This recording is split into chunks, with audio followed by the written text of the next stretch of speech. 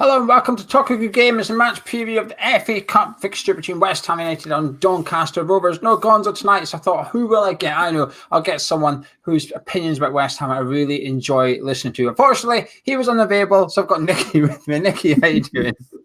Yeah, I'm good, mate. It'd be nice to talk about something other than Sebastian Haller for a change, you know. So yeah, no Allaire talk. Allaire talk is banned. Let's talk about Doncaster, though. Do you know anything about them?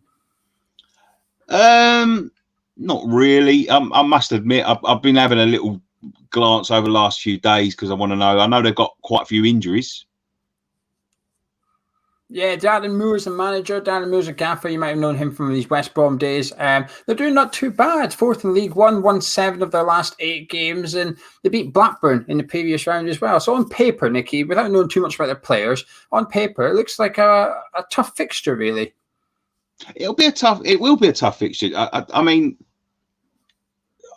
I'm a West Ham fan. I've been watching West Ham for over 30 years. I've seen us lose these games, and like the Stockport game, I think I remember being in the rain when we lost to Stockport and them nights. So you can't take anything for granted. But I'm quite confident we've become a very, very tough team to beat, Geo. We've become a very resilient team, even when we're not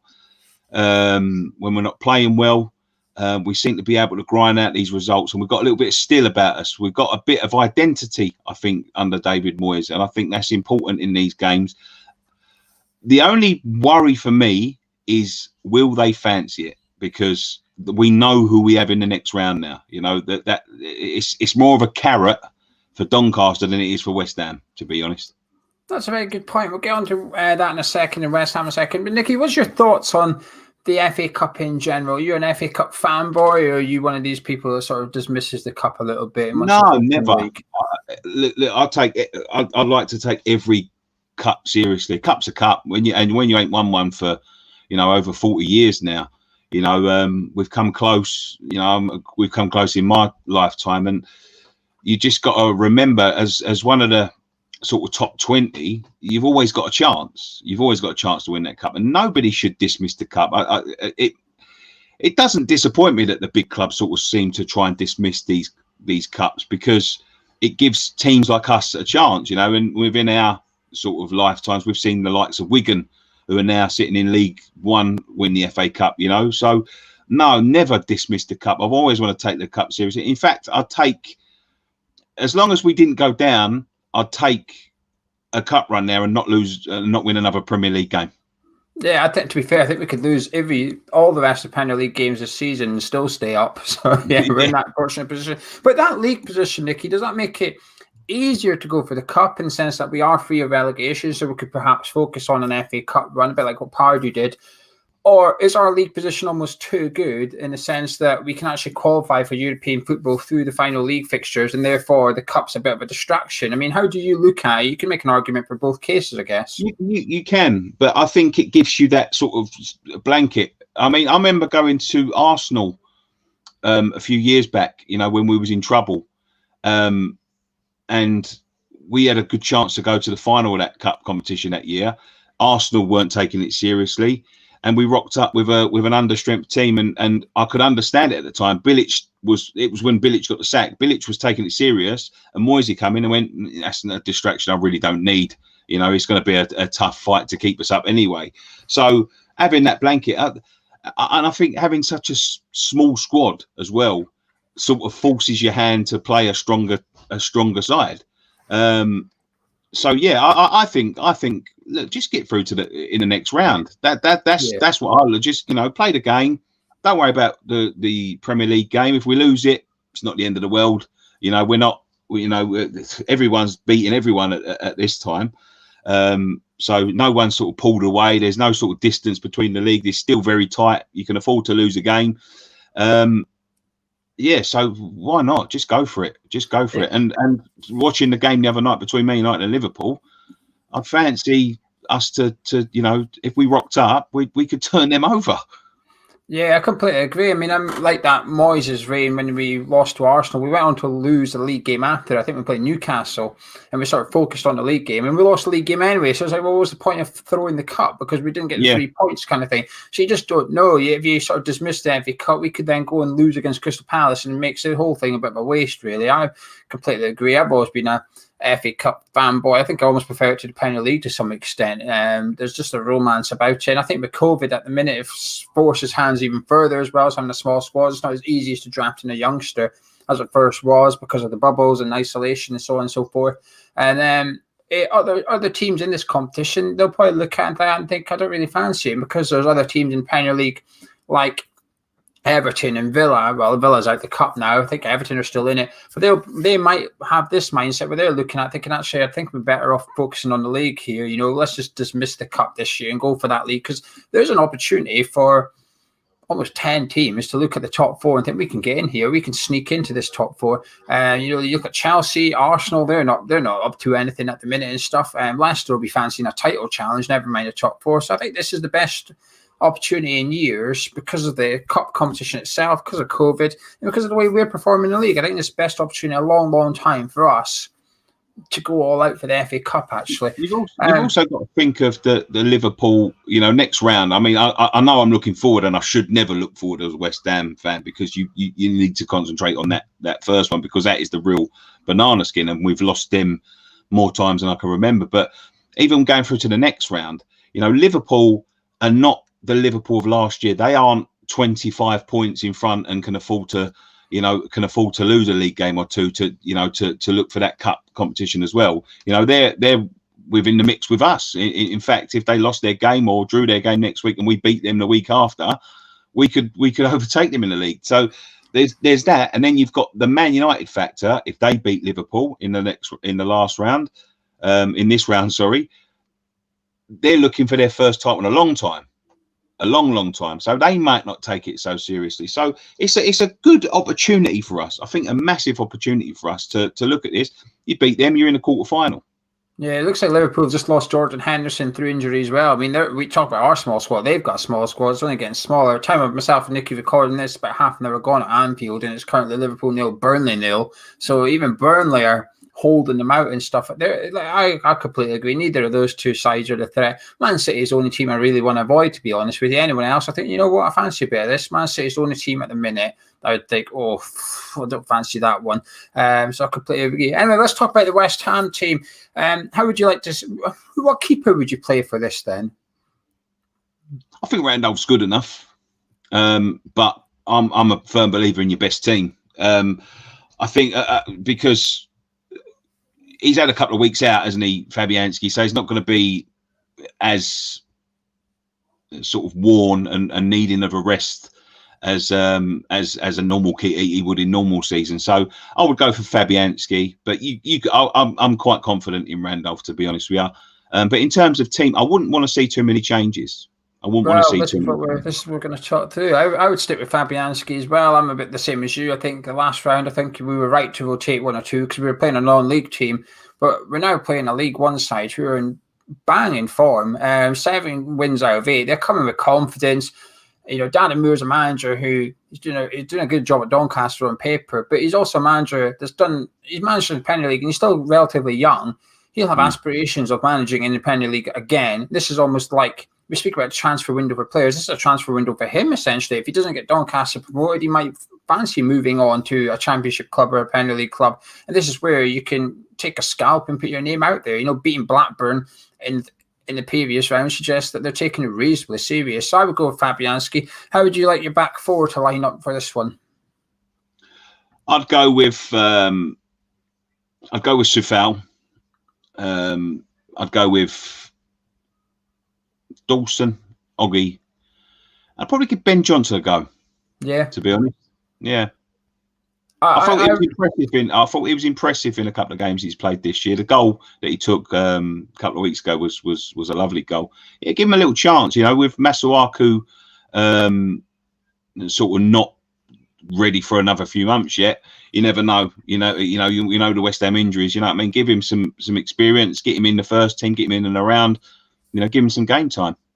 Yeah, I think I'd put Balbuena in for Dawson and keep Creswell, Sufal, and O'Bonna, purely because Balbuena, he wasn't dropped, was he? Dawson got in because Balbuena had COVID, and Dawson kept his place, but it's just unfortunate for Balbuena. So I'd just put in for almost like a rotation purposes because, again, we need him to be fit, and we've got this sort of question mark over, is Diop going, is he going to stay kind of thing. So then you almost need to keep Balbuena match fit, up to speed, so he doesn't get a bit rusty or anything like that. That's the only change I would make out the back five. Your midfield? Souček had the rest last time. The only thing is that this is where we're very. Can you rest Rice? Can you rest Declan Rice? No, I don't think you can. That's the thing. This is where I think this is where we're too light. This is where we needed a little bit of quality to bring in. But I'd probably play them both. It's going to be a tough game. They're two physical players. It's going to be a physical game. Don't get me wrong, because that's what them lower league teams bring. I'd probably just play the two of them. Yeah, I think I'd play Rice and Fornals, actually, because I've always wanted to see Fornals play centre midfield. And these are the type of games you can experiment a little bit with, perhaps. And I'd expect to have more of the ball against Doncaster. And when we played Stockport, I felt we were really lacking sort of creativity. Rice was driving forward. I thought Noble played okay, but wasn't creating too much. I thought Lanzini, Benrahma, Yarmolenko, I thought they all struggled to get anything going. So I'd have Fornals in there. So we've got someone a little bit more creative, a little bit more forward thinking on the ball from a deeper position, so we don't have to sort of hit the panic button like we did against Stockport and bring on the sort of likes of Souček and just go for the ugly win. I'd try and get something going earlier on. And then your attacking midfield? I would go Lanzini, central, not left, central. He's got to be central. I think I'd go with Bowen, and I'd go for Fornals left wing. See, I would do Lanzini and Bowen too, but I'd put Benrahma on the left because I think he needs to convince David Moyes. I think he's convinced the fan base. I think the fan base are happy with him, but Moyes keeps substituting him, so there's obviously a reason for that, and we have to assume. I think it's fair to assume the reason for that is Moyes isn't convinced by his performances as yet. So he needs a game where he's almost like a man of the match, and he's an undeniable man of the match. And I think this is the type of one he's going to get it. I thought he did better on the left in the previous game, Benrahma, than the number 10. I think he gets suffocated in the middle. It's too easy to mark him out of the game. But he's on the left. You can go one-on-one with the right back, and I fancy him going up against a League One right back. It could be the best right back in League One for all I know. But still, put money on Saeed Benrahma winning the battle one-on-one. So that's what I'd like to see down there. Now, Nicky, we've got a bit of an issue up front here, haven't we? Because we've got Antonio's hamstrings, and Mipo Odebeko is isolating due to COVID, so he appears to be unavailable for this game. So it's sort of Antonio, or what else are you going to do? I'd go Antonio, absolutely. But if he has to, and he feels, that he has to rest, because to be honest with you, I think at the moment, because of the problem that he's the most important player on the pitch, isn't it? Because if he goes down, we are fucked, to be honest. So if he's still sort of like, I know there was some talk about him resting against West Brom, just to sort of control that injury and manage that injury. If it's not him, I think Yarmolenko would be a decent shout there. He's a physical player. He plays there for the Ukraine. He has got, listen, he frustrates the life out of me. I think he frustrates the life out of me on the wing. So I think being in the middle might sort of reinvigorate him, if that makes sense, because he's got all the the traits of a centre forward. He plays centre forward for the Ukraine. He scores goals. Is it the Ukraine or Russia? I can't remember. Yeah, it's Ukraine. You're right. He plays centre forward for the Ukraine. He's used to playing that position. He can obviously play that position. He's got that Arnautovic build. He hasn't quite got that turn of pace that Arnautovic used to have, but he's got that build. He's got that physicality. He's obviously quite decent in the air, and he can strike a fucking ball. To be fair, he gets that ball on the edge of the box central. He pings one in, he can strike one. So if he wants to give him I wouldn't have no issues with Yarmolenko playing up there. And I to be fair, if Antonio isn't playing, it's got to be him, isn't it? It's gonna be, and it's got to be. Yeah, I completely agree. Antonio, but if he's not fit enough, then it would be Yarmolenko. The thing is, my biggest gripe with Yarmolenko is his lack of defensive sort of accountability, if you like. He doesn't trap back enough, and when he does it half-hearted at times. He gives away silly free kicks. He's just not very good at it. He doesn't like doing it. So when he's up front, you remove his biggest weakness, essentially. Take that away from him, and I think you'll see a completely different player, really. I know we sometimes check him on up there, we need a goal or whatever, but I don't think we see him enough. And when we put him in the team right wing, and it sort of exposes his lack of defensive ability sometimes. I don't necessarily feel sorry for him per se, but I do a little bit, because I think, he's 29 years old or something. So his whole career, he's played this one way, and all of a sudden it's like, well, you've now got to do it slightly different. And you can see why he's like, hang on a minute, I'm an automatic starter for my country. I've got umpteen caps, umpteen goals for my country. I think the way I play is all right here. It's not the way I play that's the issue. It's unfortunately, you're asking me to do something I can't do. So I'd have no issues with him up front if Antonio was unavailable. But the board need to get their finger out, really, because this is it. We're heading into an important game, and then we've got the Palace game. And Moyes has got one option, which is a half-fit Mikel Antonio, and that's it. It's not a good position to be in. And we touched on it earlier, Nicky, but the fear factor, the next round, initially the draw come out, Man U, Liverpool at Old Trafford or Anfield, and we all thought, it's gone now. I'm actually quite looking forward to it. I'm almost like, I don't know why, I'm almost looking forward to that kind of big game rather than I'd rather play Man U or Liverpool than say Everton or Leicester for some reason. I don't know why. Yeah. No, I totally agree. It's because this is where it comes down to, Geo. This is where it could either work in our favour or against us. Is we know who the opponent is in the next round. It's not that sort of lottery. We know who we're going to be facing. Now that could go one or two ways. That could make David Moyes think we ain't got much of a chance up there. Let's not take this one too seriously. And that also, it gives Doncaster that real carrot to chase. We know we're going to go to Old Trafford, or we know it's either Old Trafford or Anfield, and they're going to be thinking, I fancy a bit of that. I know it's no crowd, so it's a bit different, but they'll be thinking, I fancy a bit of that. So it could boost their game. But as I say, I think we're a resilient enough team and a professional enough team to the dispatch of Doncaster. I don't think it'd be easy. I never thought the Stockport game would be easy. These games rarely are easy. You sort of you're stepping into their world, sort of thing. But they've got to come to the London Stadium. There's going to be things like VAR involved and things like that, which is gonna be able to sort of equalise that. An offside goal, if Stockport scored an offside goal, there would be no one looking at it. So it's going to equalise that sort of, I don't know, that advantage sort of that they take to their home grounds. I just fancy us. I just think we're professional enough, and I think we'll just.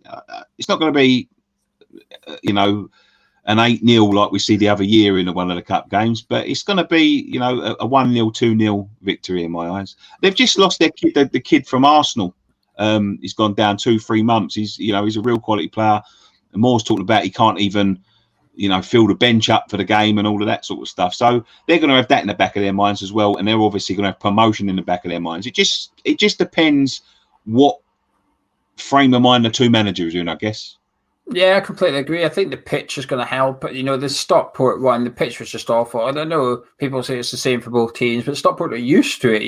They're happy to play in that pitch and stuff. We turned up trying to pass the ball around. You forget the weather as well. The weather is atrocious, but that even just the pitch, it sort of interfered with the way we wanted to play. I think if we played Stockport at the London Stadium, I think it would have been a different game, really. I think we would have appreciated the bigger pitch, the nice surface and stuff. And I think that's what will help in our advantage for this one.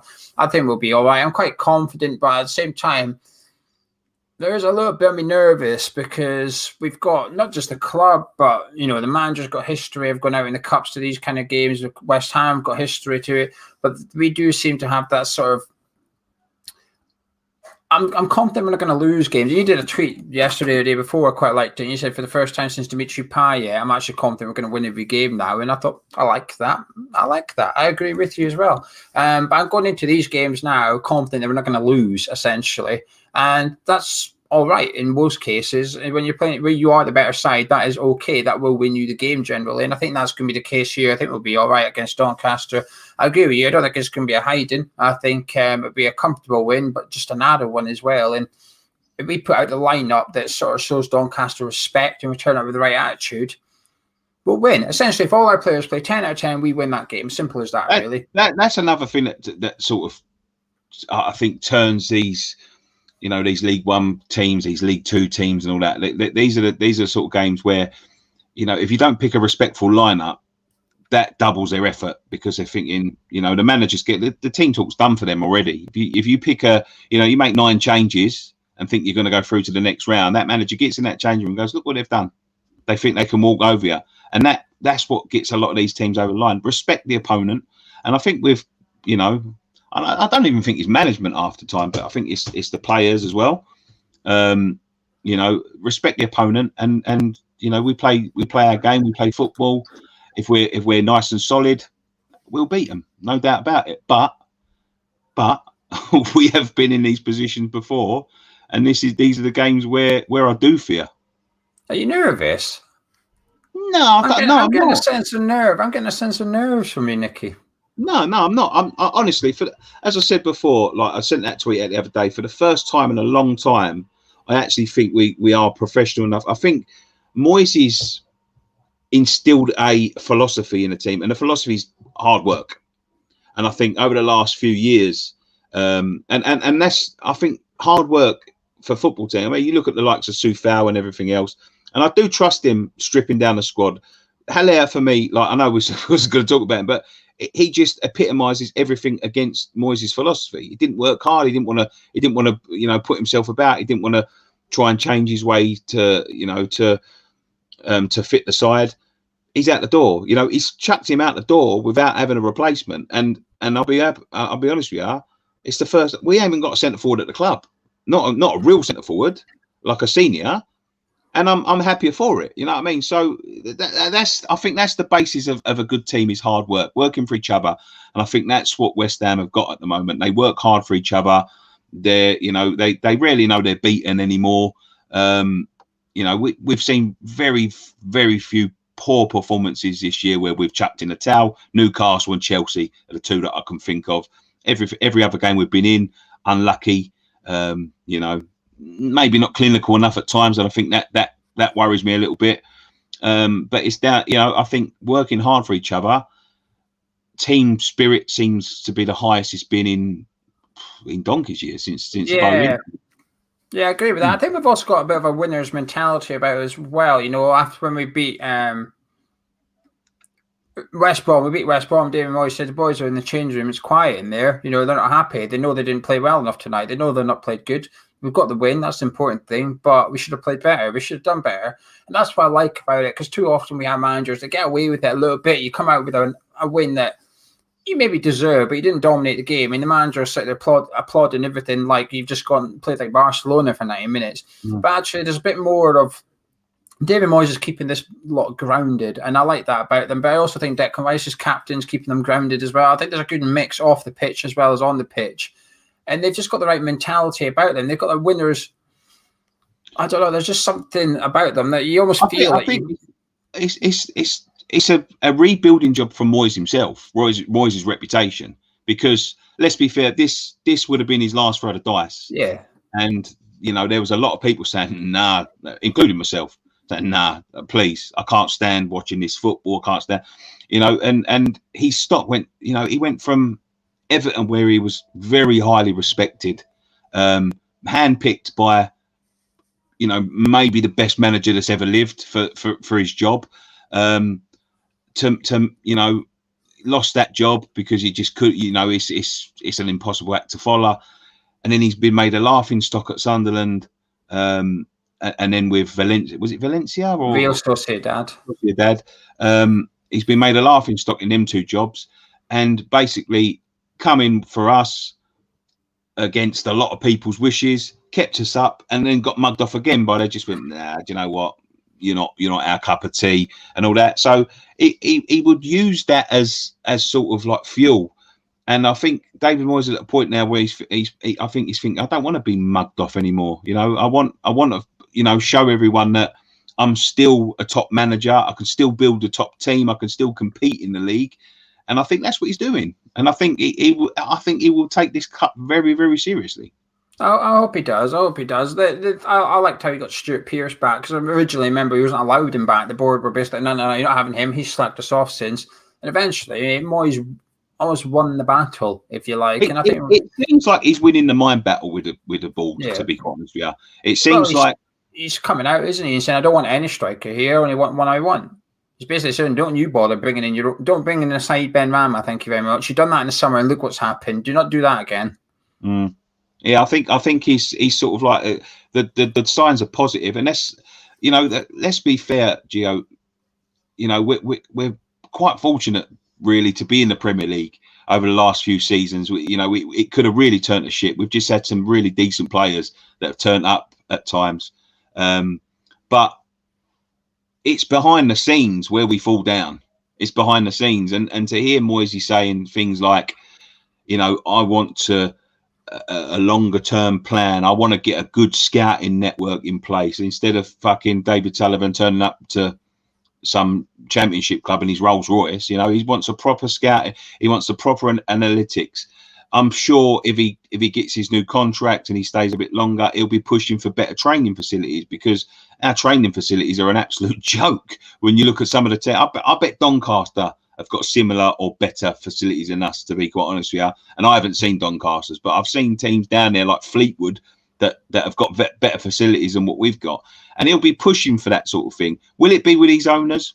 I don't know. I don't know whether he's ever going to get. But I'd be honest with you, Gio, and I'm going to be like, be careful what I say, because I don't know nothing. I don't know any more than anybody in the chat or anybody. I'm not an in the know or anything like that. I never pretended to be. But I don't think they're lining up to be here for the long term now. I think we're in the end game with them, and I think that maybe Moisey knows that. Maybe Moisey can sniff that, and he's starting to think, right, let me build for the future now. Let me build something here. Let me build some sort of networking and some sort of structure within this club, because it's an absolute fucking joke at times.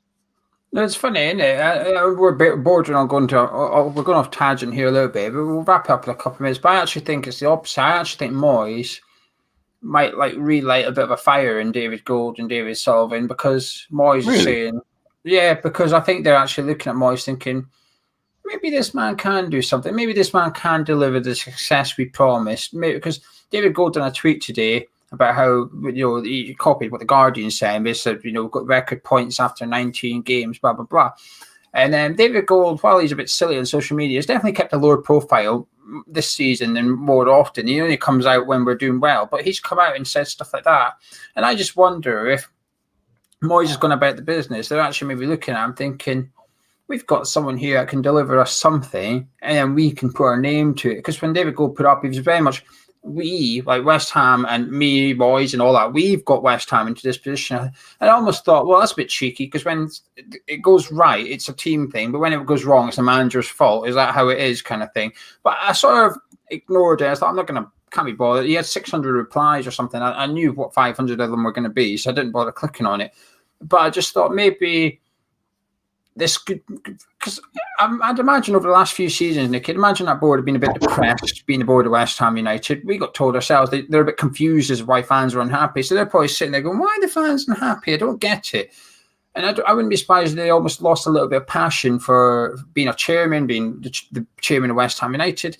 Now the results are going good again, and the feel-good factor's back among the squad, and the harmony looks really good. It's probably a pleasant place to work at the minute. I wouldn't be surprised they've got their mojo back a little bit in there. I wouldn't be surprised they now turn up with their tails up, thinking, here we are, we've cracked it. We're onto something. Yeah, the only thing I hope, and I hope that somebody's got the sense and to tell them, because they live in I think even over the last year, even more, but they live in a bubble, them two.